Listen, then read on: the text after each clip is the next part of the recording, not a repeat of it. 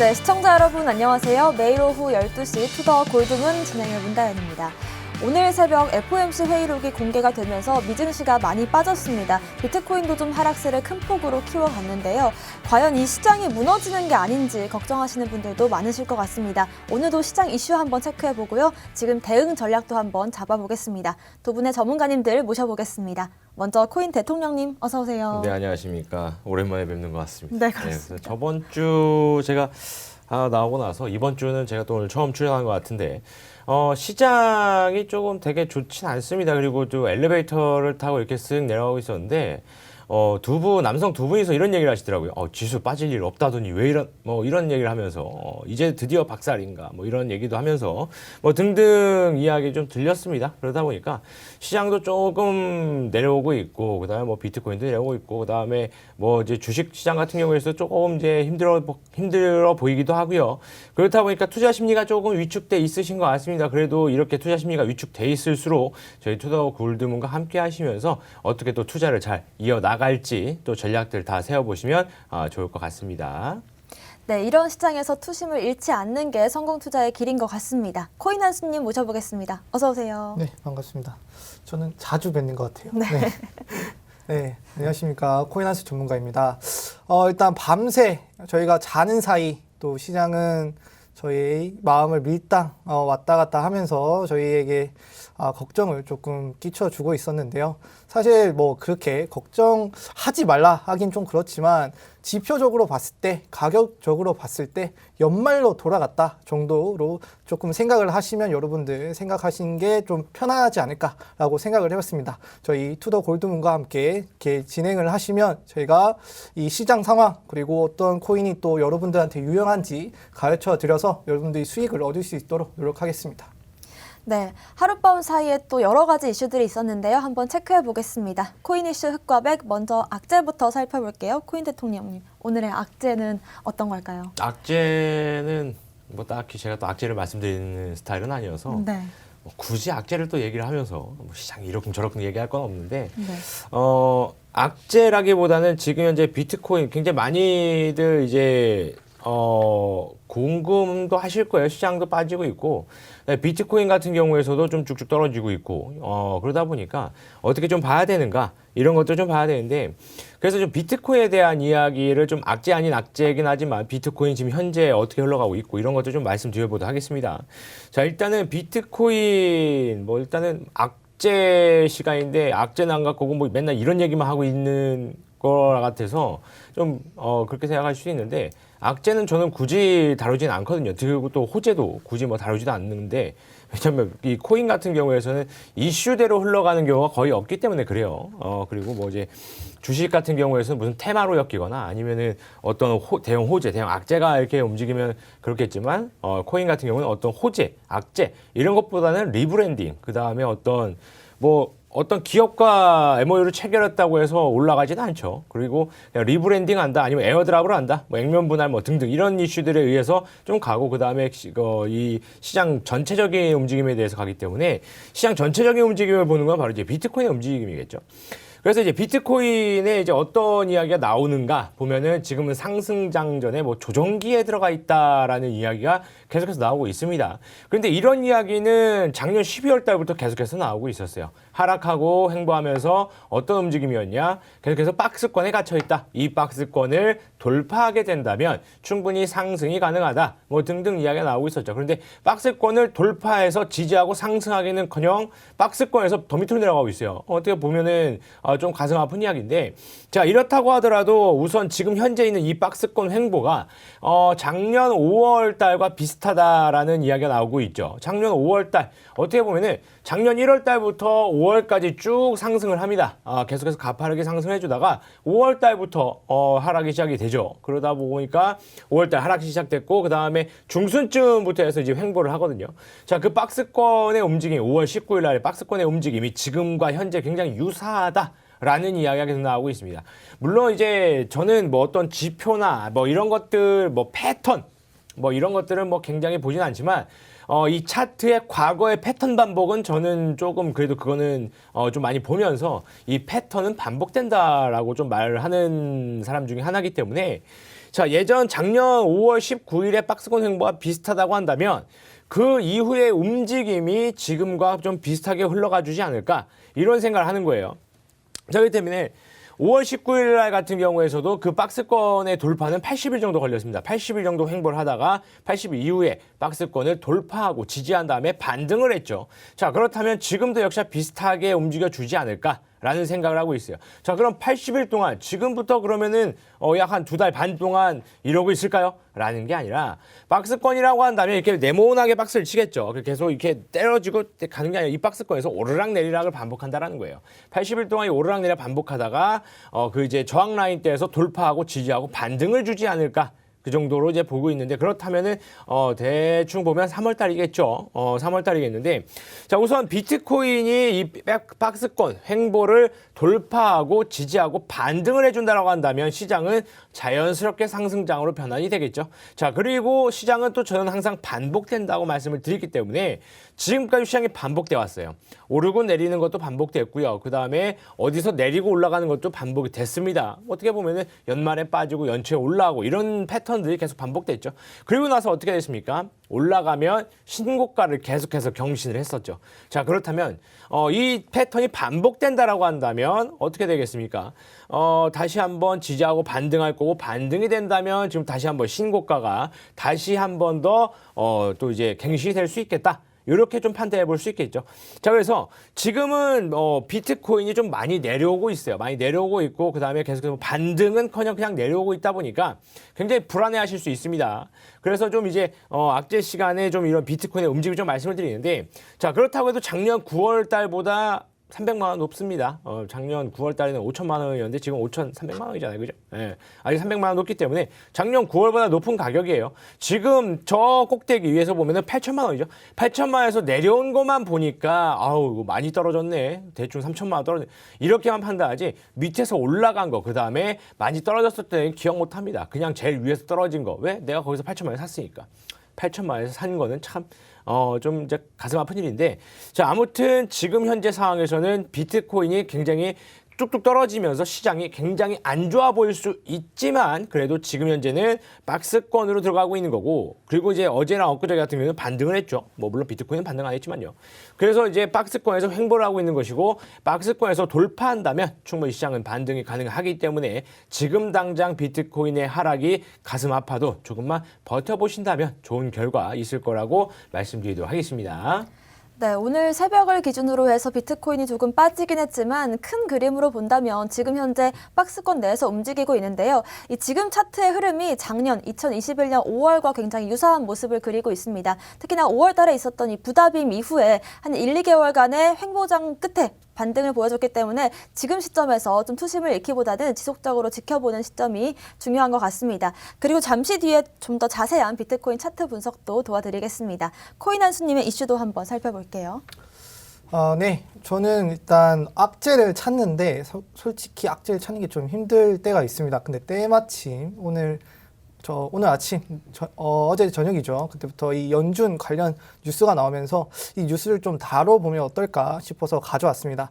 자, 일단 연준 더 공격적으로 빠른 금리 인상을 예상을 한다라는 내용인데요. 일단 새해부터 이 미 국채 금리는 계속 오르고 있었습니다. 여기에 더해 이 연방준비제도죠. 패드의 12월 연방공개시장위원회에서 회의록이 공개가 됐습니다. 자, 이 12월 FOMC 회의록 의도는 뚜렷합니다. 인플레이션이 생각보다 높고 지속적이니 연준이 강하게 나설 필요가 있다라는 내용이었습니다. 그 결과 금리 인상은 이르면 3월에 가능하며 대차 대조표 축소는 금리 인상 직후 얼마 지나지 않은 시점에 진행을 할 것이다 라는 내용이었습니다. 자, 회의록을 보니 이 연준이 기준금리 인상 이후 대차 대조표 축소하겠다는 내용이 나왔습니다. 여기서 대차 대조표 축소가 뭐하냐? 경기가 안 좋을 때 채권 매도를 통해서 시장에 돈을 풀었습니다. 그러면 이제는 반대로 연준이 지금 충분히 경기가 좋아 시장에 있는 채권을 매수를 해서 돈을 거두어 들이면 좋을 것 같아 라는 뜻이죠. 자, 돈을 거두어 들이면 기업들이 투자를 줄이면서 영업이익이 감소할 수 있는 가능성이 생기고요. 그리고 영업이익이 감소하면 이제 근로자들의 월급이 감소하겠죠. 그리고 월급이 감소하면 이제 주가가 하락할 수 있는 가능성까지 내다보는 겁니다.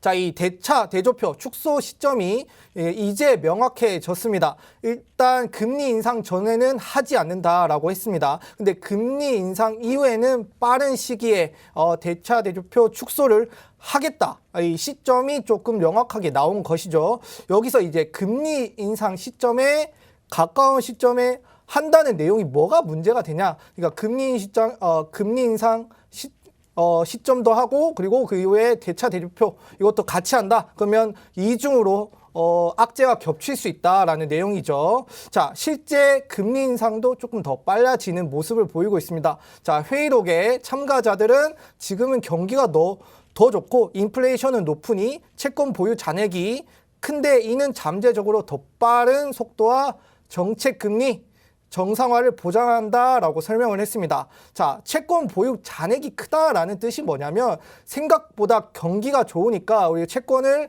지금 뿌려야 되는데 생각보다 뿌리지 않았네. 그러면 경기가 좋은가 보다. 왜 남아있지? 이런 내용입니다. 그래서 금리 인상이 앞당겨질 수 있다라는 의미지요. 자, 월스트리트 저널 연준이 이르면 3월에 금리 인상을 진행할 수도 있다라는 내용을 좀 보도를 했는데요.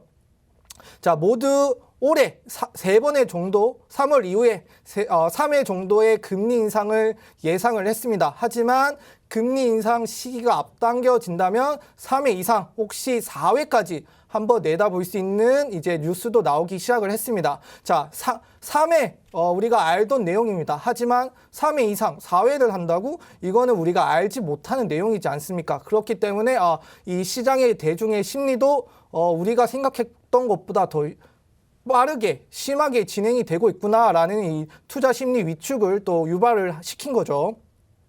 자, 이 또 연준이 공격적으로 이 긴축 정책을 하는 이유가 또 있습니다. 일단은 고용률 때문인데요. 작년 12월 민간 부분 고용이 11월보다 80만 7천 명이나 늘었다라고 합니다. 시장이 예상하는 수치보다 2배 이상 증가한 수치를 보여주고 있는데요. 이 데이터를 중시하는 연준 입장에서는 12월 고용 지표가 너무 좋으니 진짜 우리 경기 다시 되살아나고 있구나. 경기가 좋으니까 긴축을 좀 더 땡겨서 빨리 금리 인상을 해도 될 것 같대 라고 또 판단을 한 것이죠. 자, 고용률이 안정화되기 전까지는 이 금리 인상을 안 한다고 했는데 이제 고용률이 안정화된 것 같으니까 금리 인상이 이제 앞당겨질 수 있다라고도 생각할 수 있을 것 같습니다. 자, 너무 제가 이렇게 방대한 내용을 이렇게 했는데 요약을 해드리자면, 자, 테이퍼링이 올해 3월에 종료가 되고 그리고 고용률이 안정화됐을 때 금리 인상을 진행을 한다고 했는데 생각보다 이 고용률이 작년부터 좋았기 때문에 그러면 테이퍼링은 끝나는 순간 바로 금리 인상을 할 수 있겠다라는 가능성이 생긴 겁니다. 자, 이제 당분간 시장의 변동성은 왔다 갔다 할 겁니다. 근데 7월에 나올 이 12월 비농업 그다음에 고용 지표 그리고 12일에 발표될 12월 소비자 물가 지수 잘 살펴보면서 대응을 할 필요가 있다라고 말씀을 드릴 수 있을 것 같습니다. 네, 오늘자 시장에 충격을 준 이 FOMC 회의로 어떤 내용들이 담겨 있었는지 짚어주셨습니다. 특히나 이 금리 인상 관련된 이슈는 위험 자산으로 분류되는 암호화폐 시장에 좀 영향을 줄 수 있기 때문에 지속적인 확인이 필요할 것 같습니다. 오늘의 호재도 한번 살펴볼게요. 코인 대통령님, 오늘의 호재 어떤 걸까요? 또 이제 또 호재를 찾다 보면 뭐 했던 얘기 또 하고 뭐 그런 것보다는 그래도 조금 새로 나온 이야기가 있고 그다음에 이런 것들이 또 어떻게 또 작용을 해주는지 이거에 대해서 좀 말씀을 드리도록 할게요. 그래서 일단은 어떤 이슈가 나왔느냐, 바로 이제 코인원의 이슈가 나왔습니다. 누적 회원수가 222만 명이 돌파했다. 이런 이슈가 나왔어요. 그래서 222만 명 굉장히 높은 수치입니다. 그런데 이제 예전 같은 경우에서는 이제 우리나라에도 이제 뭐 국내 4대 거래소라고 하잖아요. 거기에 코인원이 포함되어 있는데 뭐 업비트 같은 경우 850만이 되긴 하는데 뭐 중복 계정이라던가 뭐 이런 것들 빼고 나면은 뭐 또 조금 줄어들겠죠. 그래도 이제 코인원도 이제 국내 4대 거래소로서 굉장히 큰 대형 거래소로 이제 속합니다. 그런데 여기서 이제 222만 명이 됐고 전년 대비 133%가 증가했다. 자, 이거에 대해서 좀 말씀을 드릴 거예요. 자, 이게 어떤 의미가 있고 그냥 아니면은 뭐 사람들이 좀 많이 좀 하는 건가 아니면은 뭐 다른 거래소 사용하는데 이쪽은 많이 넘어오는 건가 뭐 이런 것들도 많이 생각하실 텐데 기본적으로 봤을 때는 거래량이 늘어난다고 좀 볼 수 있을 것 같습니다. 자, 지금 현재 우리 가장 문제가 되는 게 뭐겠습니까? 우리나라 거래소건, 해외 거래소건 바로 거래량이에요. 어떤 뭐 예를 들어서 비트코인이든 이더리움 무슨 코인이든 상관이 없어요. 어떤 코인이든 간에 거래량이 있어야 가격이 오르건 내리건 할 거 아니겠습니까? 그죠? 거래량이 없다라고 한다면 내가 뭐 엄청난 뭐 슈퍼개미도 아니고 그냥 한 10만 원 정도 샀는데 갑자기 100% 폭등이나 일어난다던가 아니면 갑자기 뭐 50% 갑자기 반토막이 나 있다던가 그냥 저는 10만 원밖에 안 샀을 뿐인데요. 거래량이 없으면 이런 경우도 많이 나온다라는 거예요. 자, 그래서 뭐 예를 들어서 내가 그냥 뭐 이제 투자를 하는데 뭐 대충 5천만 원 정도 투자를 한다. 그래서 이제 뭐 비트코인이나 이더리움에다가 뭐 시장가로 딱 던졌어요. 별로 그렇게 큰 일이 일어나지 않아요. 왜냐하면 바다에 내가 돌 하나 던진다고 해서 뭐 그렇게 뭐 갑자기 해일이 일어나고 그냥 퐁퐁퐁퐁 이렇게 되겠죠. 해일이 일어나지 않습니다. 그런데 굉장히 엄청나게 좁은 무슨 웅덩이 같은데 갑자기 제가 돌을 딱 던지면 그 웅덩이에 물이 다 튀어올라오죠. 그거랑 좀 비슷한 예입니다. 자, 그래서 일단은 코인원 같은 이 대형 거래소에서도 투자자가 늘어났고 이 투자자가 늘어난 효과가 어떤 쪽으로 좀 흘러가느냐. 자, 업비트랑 빗썸 같은 경우에서는 갑자기 시장이 좋아진다고 하면은 갑자기 막 70%, 80% 막 미친 듯이 올라가고 있습니다. 그렇다 보니까 왜요? 내가 쓰는 거래소는 막 왜 이러지 않지? 라는 생각도 들 거고. 자, 그렇게 된다면은 막 거래소도 옮겨가고 싶고 그렇죠. 좀 이제 큰 물로 나아가 뭐 이런 생각으로 가지고 이제 가질 수 있는데 자, 이렇게 다른 거래소 쪽에서도 이 코인원에서도 투자자들이 계정 수가 133%가 증가를 했다는 건 나중에 시장이 상승할 때 되면은 그게 거기에 힘을 좀 실어줄 수가 있다는 겁니다. 자, 예를 들어서 갑자기 시장이 막 올라가기 시작을 해요. 그래서 비트코인이 지금 한 5,300만 원에서 갑자기 막 1억 2천만 원을 막 올라가고 있다고 봅시다. 자, 1억 상상만 해도 기분이 좋네요. 자, 이렇게 올라가고 있는데 업비트 빗썸 우리나라 4대 거래소에서 막 올라가고 있어요. 그런데 코인원에서도 막 갑자기 거래량이 막 붙어주면서 막 올라갑니다. 자, 그렇다면 그 폭발력은 엄청나다라는 거예요.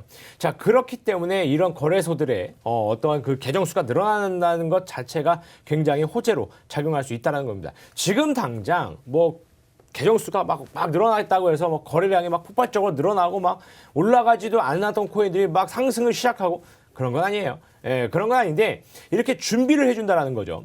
자, 뭐 어떤 뭐 사업이나 뭐 어떠한 일이 있을 때에도 빌드업이라는 게 있잖아요, 그죠? 자, 빌드업을 좀 해놓고 여기서 뭐 이렇게 쌓아가다가 갑자기 이제 빵 터쳐주고 뭐 그런 거지. 갑자기 가만히 멍하고 앉아있다가 갑자기 사업이 성공했습니다. 이런 일은 일어나지 않습니다, 그죠? 코인도 비슷해요. 어떤 일들이 좀 이제 빌드업으로 좀 밑에 좀 깔려주고 그 다음에 이제 그다음 뼈대를 갖추고 골격을 갖췄을 때 상승하기 시작했을 때 엄청나게 폭발적인 상승을 시작하는 거지. 갑자기 가만히 멍 때리고 있다가 1000% 올랐습니다. 이런 일은 일어나지는 않습니다. 웬만하면 뭐 예전에 뭐 페이코인과 도지 같은 경우에서는 그런 일이 있었지만 그런 뭐 진짜 정말 수백 수천 개 코인 중에 한두 개잖아요. 그죠? 그렇기 때문에 그런 것들을 기대하기는 좀 힘들다. 그렇다면 빌드업이 좀 돼야 된다. 이런 이슈들이 좀 나와주면서 빌드업이 되고 밑에 좀 깔려주고 그 다음에 어느 정도 발판이 되어졌을 때 시장이 상승장이 왔을 때 더욱더 폭발적인 힘을 보여준다라는 겁니다. 자, 지금 뭐 시장을 전체적으로만 봤을 때도 막 엄청나게 뭐 작년, 재작년 말이 많았어요. 엄청난 말들이 많았죠. 뭐 어쩌고 저쩌고 뭐 없어진다는 등 뭐 실체가 있다는 등 실체가 있건 없건 뭐가 중요하겠습니까? 그죠? 어디에 투자를 해서 어떻게 돈을 버냐? 이게 가장 중요하겠죠? 1년 전을 보면 지금 가장 많이 올라온 거는 보라 토큰 같은 경우에서는 뭐 3000%가 넘어가는 상승률을 보였죠. 1년. 딱 1년 주기로 봤을 때. 자, 그렇다라는 거예요.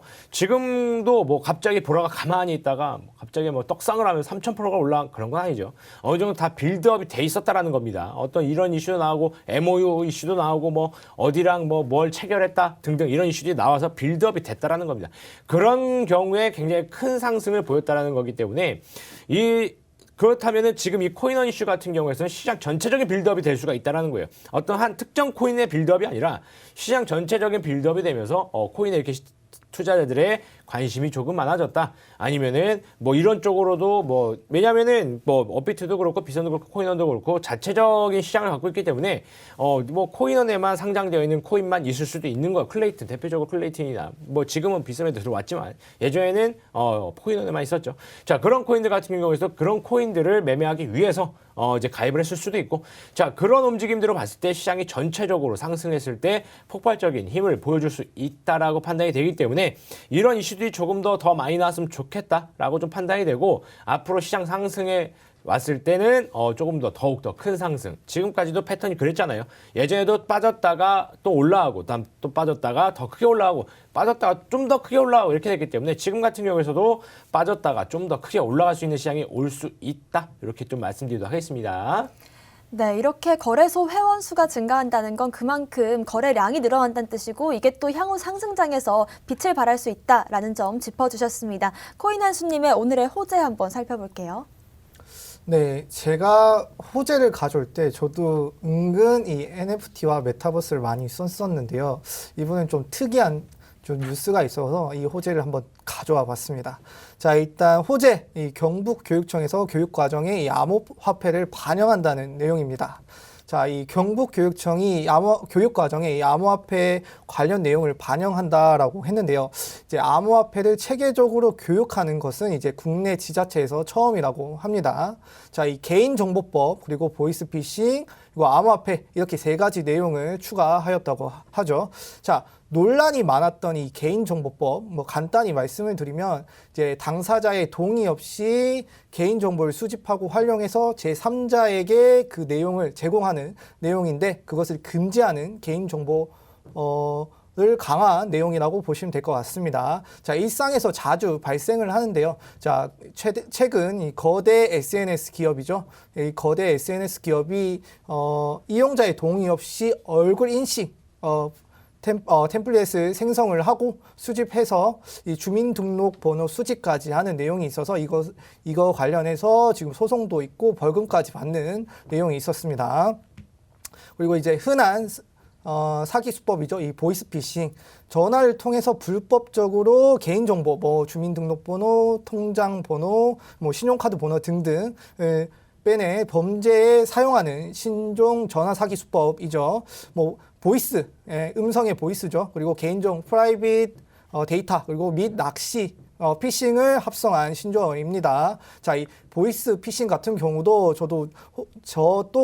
또는 제 주변에도 많이 그 시도가 있었는데요. 뭐 흔한 예로는 저희 지인에게 뭐 문자 하나가 갔더라고요. 그래서 제 이름으로 뭐 제 휴대폰이 고장이 났다. 그래서 모르는 사람으로 지금 문자를 통해서 연락을 한다. 나에게 연락을 달라. 이런 식의 이제 보이스피싱도 있었습니다. 자, 이런 내용 조심하셔야 됩니다. 자, 그리고 2021년 1년 동안 가장 핫했던, 그리고 앞으로도 핫할 것 같은 이 암호화폐 까지 이 세 가지 주제를 이제 담은 실생활 위주의 경제 교육 자료를 개발했다고 합니다. 자, 이 교육 자료는 학생들이 합리적인 경제생활 습관을 함양하는 것을 목표로 하고, 그리고 국내 많은 지자체 중에 처음으로 교육과정을 만든 것에 또 의미가 있는 것 같습니다. 자, 암호화폐에 관련된 교육 자료에는 암호화폐의 정의, 그리고 채굴과 매수, 그리고 투자 방법, 그리고 장단점 등의 내용이 포함이 됐다고 합니다. 제가 최근에 이제 어떤 뉴스에서 읽었던 것 같아요. 암호화폐 이제는 뗄래야 뗄 수 없는 거라면, 혹은 발맞춰, 혹은 더 빠르게 대응을 해야 한다. 그래서 국가에서도 이 암호화폐 관련 직업을 차세대 직업으로 인식을 하고 교육할 필요가 있다라는 내용이었습니다. 자, 경북교육청의 힘을 받아서 다른 교육청에서도 암호화폐 관련 교육을 하면 좋을 것 같다라는 생각을 했었고요. 자, 이후 암호화폐가 가장 중요한 산업 혹은 세계관이 될 것 같은데요. 대다수의 암호화폐를 보시면 개발자들이나 그 관계자들이 거의 다 외국인인 걸 알 수 있죠. 어릴 때부터 교육을 통해서 흥미를 가지고 그리고 미래 산업에 대한 교육을 받고 육성을 한다면 좋은 인프라가 형성이 되고 그리고 인력의 질이 좋아진다면 이 앞으로의 암호화폐 시장 대한민국이 선두로 한번 나설 수 있지 않을까, 그리고 좋은 기대를 해볼 수 있지 않을까라고 생각을 하고 가져왔습니다.